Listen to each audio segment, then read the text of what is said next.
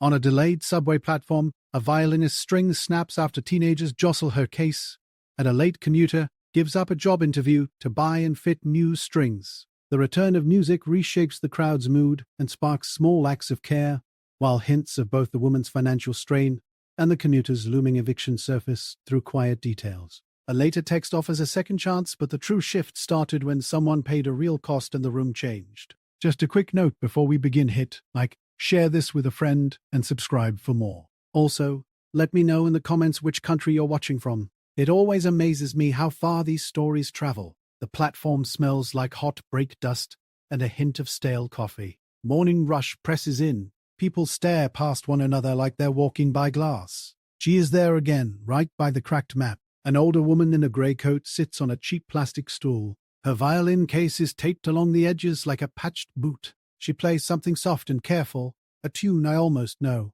I catch the shape of it in the way my shoulders unclench. It's the same time most days.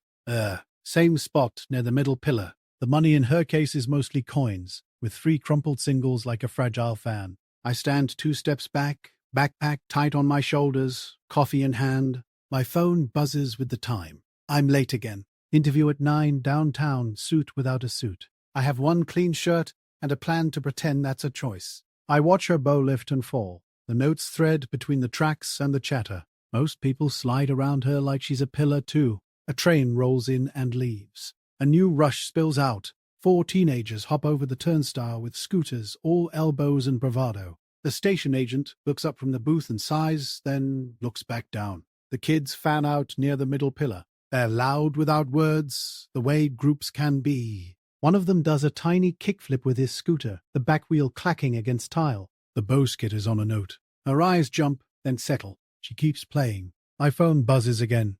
Where are you? It's from the recruiter. She wrote a double question mark last time. I take a sip. I tell myself to move toward the empty patch of platform. I tell myself the light will change if I just go. The next train is delayed.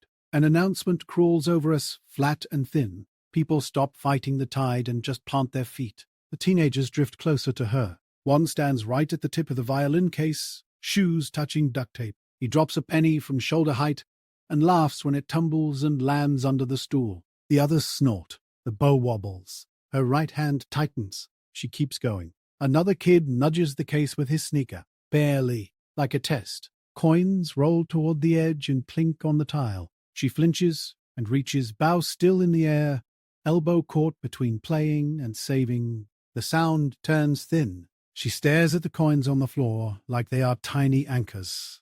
Hey, I say. It comes out before I plan it. My voice surprises me. It isn't loud. It doesn't need to be. Most of the people around us are already watching in that safe, side-eye way. The kid looks at me and smirks. His friends go quiet for a second and then shrug. Knock it off, I say. My coffee shakes and a brown drop hits my shoe. That's the part my brain notices. The smallest thing. The kid kicks the case again. Just a tap, but harder this time. The bow slips and makes a squeal. The string snaps with a dry pop. It kicks up and whips her knuckle. She winces. The sound dies like a light going out. Everything holds for a beat. Even the station agent stands up. Even the announcement is quiet. My phone buzzes again. I don't look at it. The older woman stares at her own left hand like it belongs to someone else. Then she reaches inside the case for a little plastic bag. Her fingers shake. Nothing in the bag will fix a broken string. Her mouth opens like she might explain. I put my coffee down and kneel to grab the rolled coins before they skitter under the edge. A little girl near me drops to her knees too, pink backpack thumping. We both chase quarters while the adults freeze. We put the coins back in the case. People start to breathe again. The teenagers roll their eyes and scoot their scooters back an inch, then another. Man, come on, one says. He doesn't look at me when he says it. He looks at the others, checking their faces. He's a kid wearing older kids' moves. You can go, I say. My voice sounds the way your hand feels when you push on a door that is already open. They retreat like it was their idea. One knocks his scooter against a pillar on the way. A loud, fake accident. No one laughs now. The older woman tries to coil the broken string. The coil slips and bangs against the case like a loose spring. Her eyes flick to the agent, to me, to the floor. She is small on the stool. Not fragile, just small under all of us. I know a shop, the station agent says from the booth. voice muffled through glass. Up on 3rd. 2 blocks. Opens at 9. He shrugs, like that information is useless at 8:40. It's okay, she whispers. It cracks in the middle like the word is too dry. She reaches back into the plastic bag again because hands need to move when the world doesn't. I glance at the clock and then at the stairs. My interview is on the other side of 3 more stops and a mile of walking. There is a small possible life on the other side of that door. A paycheck, a kitchen with a working stove, a mattress that doesn't smell like someone else. I am supposed to be moving toward that right now. I pick up my coffee and my backpack. My feet move toward the stairs because your body likes doing the thing it knows. Then I stop. I set my coffee back down on the tile, tiny brown dot beside the cup where I shook. Will you wait? I ask her. She blinks. It takes a second to land. Then she nods like it costs her something to do it. I jog up the stairs into air that tastes like wet pennies. The sky is grey and low. The music store on 3rd is still dark when I get there. The lights are off, but a guy is sweeping inside. I knock on the glass with the side of my fist and give him the kind of look you give when you don't know the script. He looks at the clock, then at me, then at my face. He lets me in. Violin strings, I say. My voice has a too bright edge to it. Just one? G string, I think? No, all of them. I don't know. All. He pulls a set from a drawer and puts them on the counter. They cost more than the coffee, less than rent, everything stacked like that in my head.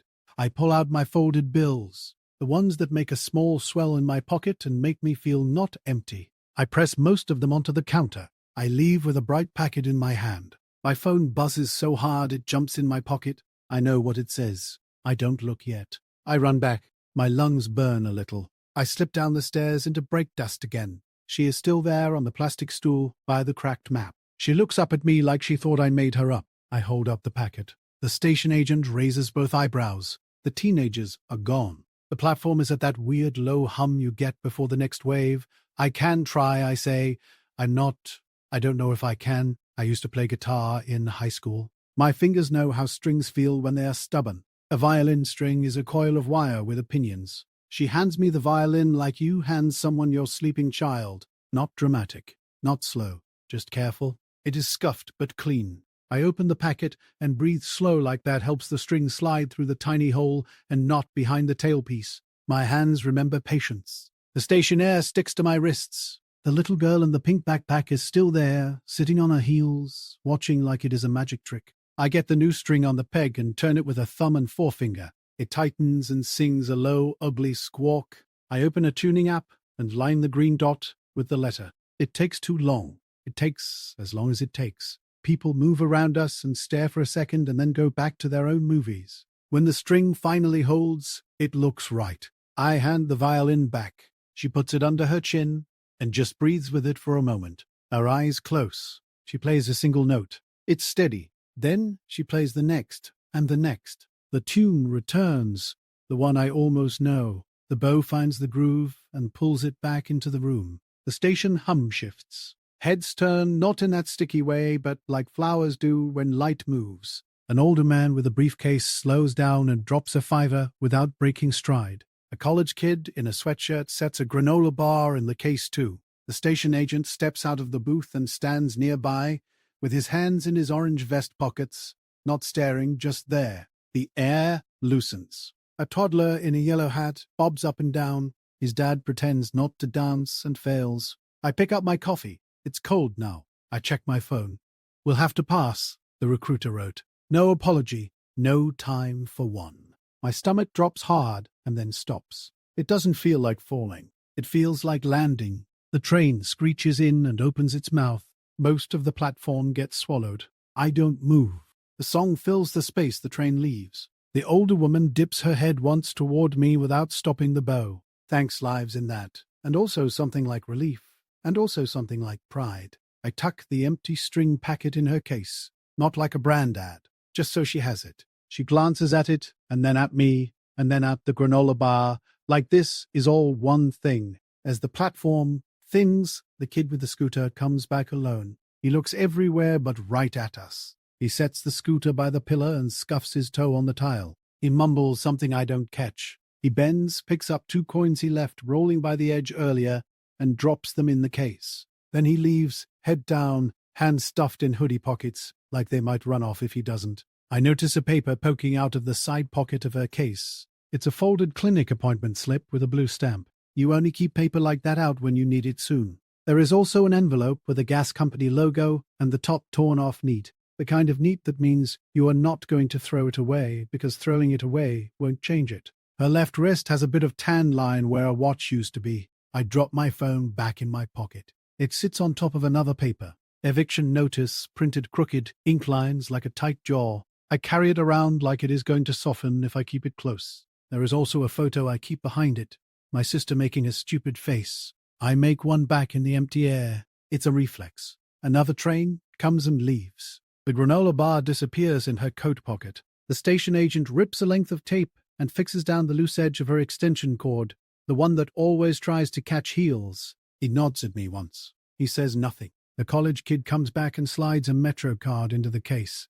It has like $10 on it, he says to no one, to the air, and then to his own shoes. He heads up the stairs, skipping one. A woman in a red scarf at the far end of the platform sees a man with a cane start to wrestle with the steps. She turns, offers her arm. No big show. They go up together, slow, matching. The little girl with the pink backpack takes one of the crumpled singles from her own jacket and places it in the case. Her dad starts to tell her to stop and then doesn't. He keeps his mouth closed and looks at me like it hurts in a good way. I look up at the dull grey light through the stairwell and listen to the music settle into the space between announcements and footsteps. I should feel angry about the text. I do, a little. It sits there, warm and sharp like a coin underfoot, but it doesn't fill the whole room. Some days don't. Some days are not clean lines. Some days you pay the cost for a thing that doesn't pay you back in the way you planned. I stand there until the song ends and she starts another, and a new wave spills down. I leave my coffee on the edge of the trash can. I ease the strap of my backpack to the other shoulder. My phone buzzes. It's a different number. Open bin trying to reach you, it says. Another contract. Not the same. Not nothing. We can do a phone screen at noon, it adds in the next bubble like it read my face. I don't smile. Not yet. I let the fact sit still until it is real. I walk to the stairs. At the top I pass a small group looking over the rail, listening. A barista from the corner cart comes down with a paper cup and sets it beside the case. On the house, she says to the case more than to the woman. Steam curls into the station air. The older woman doesn't stop playing. She nods, and then she goes deeper into the next line of the song. Like the tune has a room inside it, and she's finally in it. On the street, the sky is breaking a little. There's a pale slice of blue over the buildings. I stand there for a second between grey and not grey, and breathe in cold air that tastes like pennies and rain and maybe something sweet. Down below, the bow keeps moving. The sound rides up the stairwell in pieces and then connects again in my head. I think about costs and the way they stack. Money, minutes, comfort. The tiny thing where you open your mouth and risk looking stupid. I think about how quiet it felt when the string snapped, like the train had taken its sound with it. The fix was not big. It was not nothing. It was exactly what it was. I start walking. My shoes squeak once on wet concrete. A bus hisses by and throws a fine spray that dots my jeans. I don't check my phone again. I know what noon looks like. I still have a morning before that. I pass a window and catch my reflection. Face a little flushed, hair wrong because I didn't look at it this morning. It's mine. The day is too. Down the stairs, a slow, steady tune threads along the rail. The steam from the paper cup curls and fades. A Metro card glints gold in the case. The bow pulls sound into the space like it is weaving a scarf you can't see but feel when you step into it. The city cranes and sirens and bus brakes roar and then pause, and in the pause there is this quiet, simple thing, a woman on a plastic stool in a grey coat, playing a note that holds and holds and holds.